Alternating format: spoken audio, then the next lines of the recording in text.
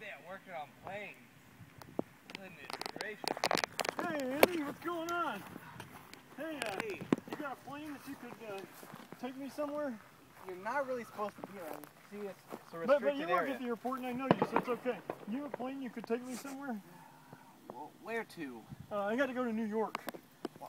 Why New York? Well, you see, it's a long story. But I'm supposed to be up there for a mission trip, and I was supposed to drive this van with this guy named Tim Brenizer, but he keeps making fun of my driving capabilities, and so I'm really getting self-conscious. In fact, it's to the point where I don't even know if I'm going to be able to drive, so I really need you to fly me up to New York.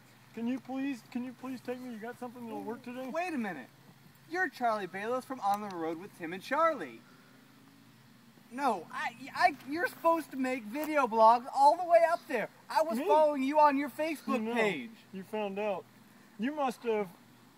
I'm not flying you anywhere. You're making those video blogs. I No, was excited. No, anything but being in the van with No, Tim. Charlie, No, I'm not no. doing it. Oh. No! Oh. What am I going to do now?